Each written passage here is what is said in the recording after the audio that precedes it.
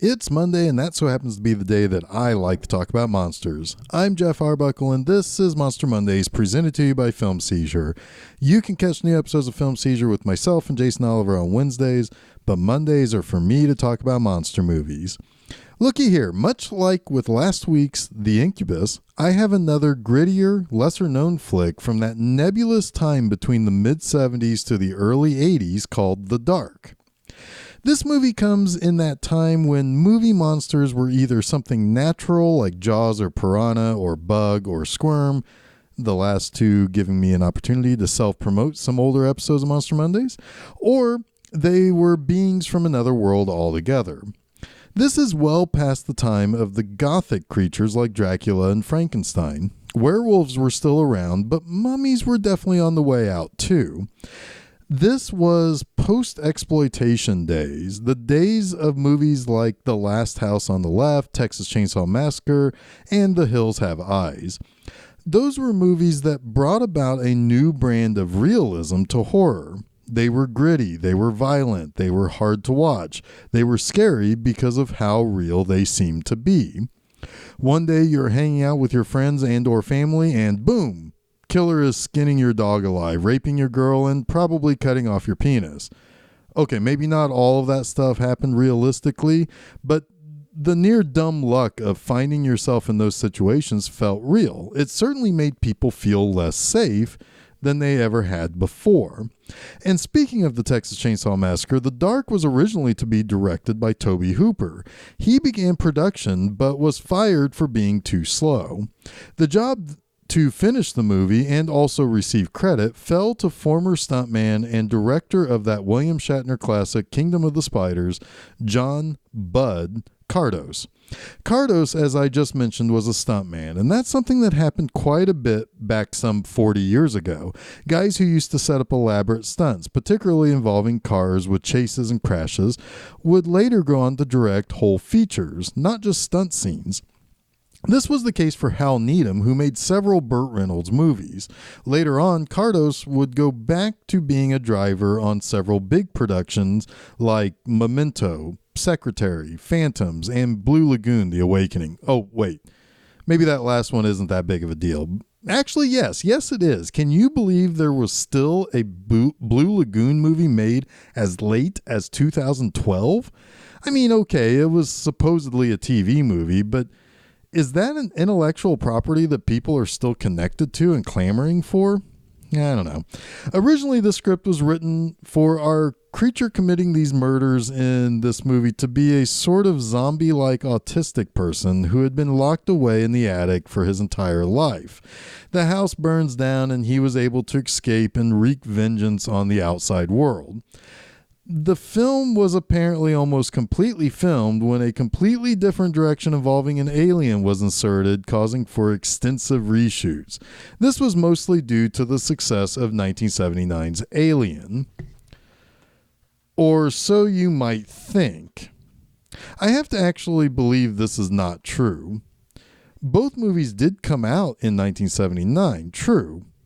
Obviously, there were tons of movies that take on the killer alien in space idea because of the popularity of Alien. Many movies had to have been reworked to fit that popular narrative. That said, I just do not see how that was the case with The Dark. And how do I know that? Alien was released on May 25th, 1979. The Dark was released on April 27th, 1979. How did the producers and makers of The Dark know Alien was a hit if their movie came out first? Did they release a version where the autistic kid is killing and mutilating people only to take it off the market, to rework it and re-release it? That is super unlikely. Now, there is a way for this to still make sense. Alien had to take a while to film. It probably had been finished with principal photography by sometime in 1978. The Dark was probably going into production at the end of 78 or the very beginning of 79.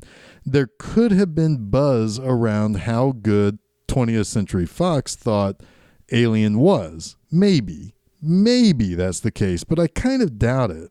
I would dare say that The Dark was maybe capitalizing more on the general resurgence of science fiction more than anything. I got that supposed trivia fact about the dark being influenced by the success of Alien on IMDb. So, maybe don't trust everything you read online, kiddos. Now, one more quick note before I go any further. Dick Clark was a producer on this film as well. Also, kiddos, if you don't know who Dick Clark is, he used to host a show every year waiting for some balls to drop. He was an expert in balls. That's just what he was. That was his claim to fame. The movie begins with a little bit of a preamble about how some animals can disguise themselves or use various defense mechanisms to either aid in being a predator or save them from being prey. An alien has landed in the city, and we then see a young, pretty girl walking alone and getting followed by a creep. When he crosses the street, she thinks she's saved until a creature grabs her and kills her.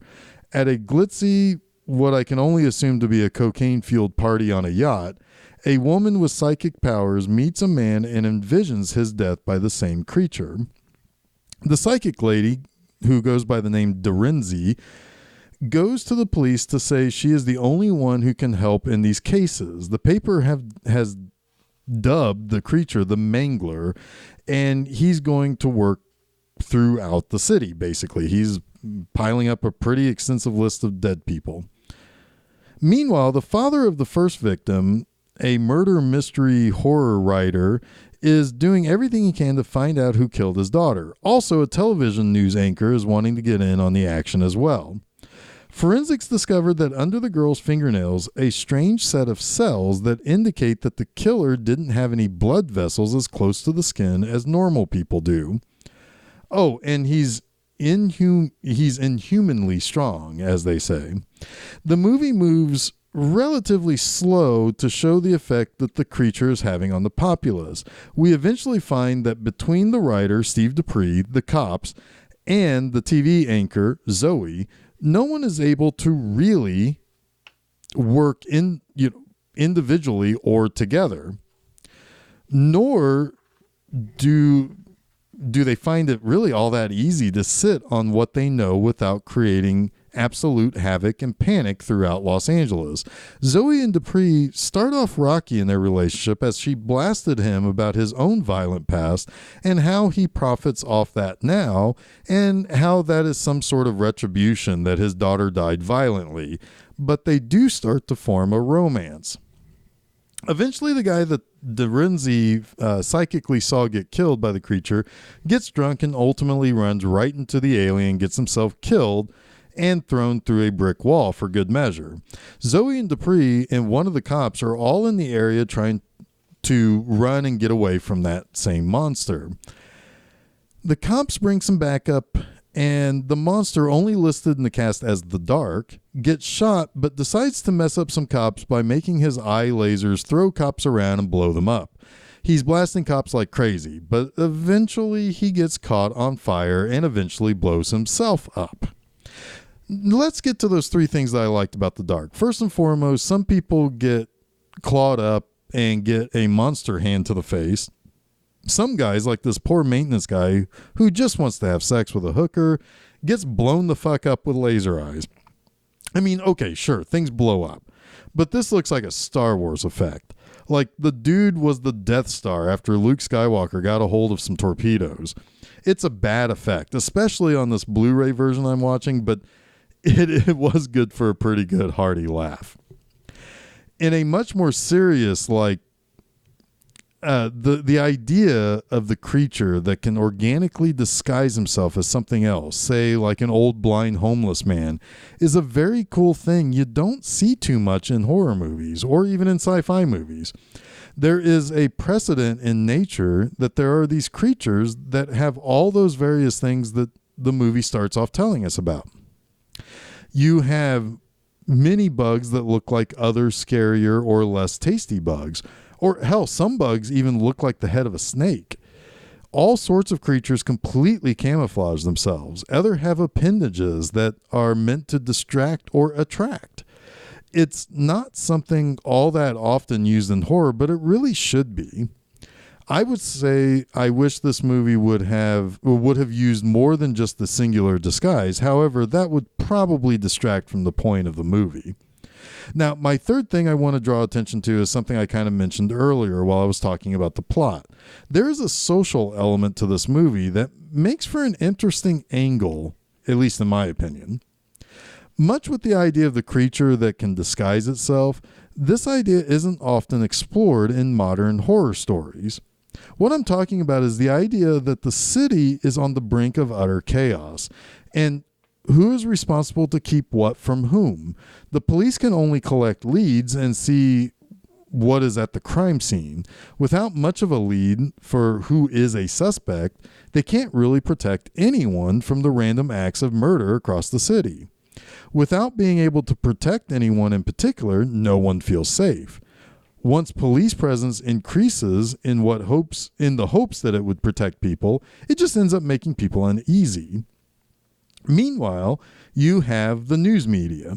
They have a ton of facts from what they can glean from the police and various family members or other possible witnesses to the murders. However, the newspapers need to sell newspapers, and the TV news kind of half glamorize the crime and half polish the story to make it sexier. There's a scene in which the black guy whose head gets blown the fuck off as if it was literally made of kerosene, and Zoe, her producer, and her co-anchor are picking apart the victim's family about, asking what kind of devil would commit such a crime, but they were also reviewing it for how good or how well it might play to the public. And it is somewhat skeevy because they're also involved in manipulating how people are feeling about who is dying and what the narrative is. Zoe says Dupree's daughter is kind of a karmic sort of thing for his past and his novels, but the black man's family is seen pleading for answers. It's a fascinating idea that certainly has some of like the same feeling that we're seeing in today's media. The third piece of this triangle is the guy who just wants answers. The cops don't really want to help him, though some of that is due to his past. The news is, at least at first, kind of lying by omission to him. The movie ultimately becomes less about the monster killing and blowing up and ripping off heads, but what the psychological effects and social implications of these killings have on the city.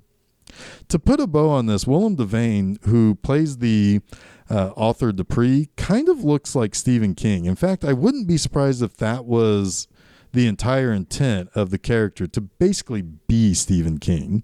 Either way, aside from him not seemingly being all that affected by his daughter being slaughtered, he does have a coolness to him that is really kind of easy to like.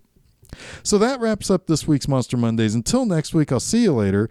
And don't forget to check out new episodes of Film Seizure every Wednesday and a new installment of Monster Mondays each Monday on filmseizure.com, as well as places where fine podcasts are found like SoundCloud, Apple Podcasts, Google Podcasts, Stitcher, TuneIn, and Spotify. You can also check out new posts at my website, bmovieenema.com, each and every Friday.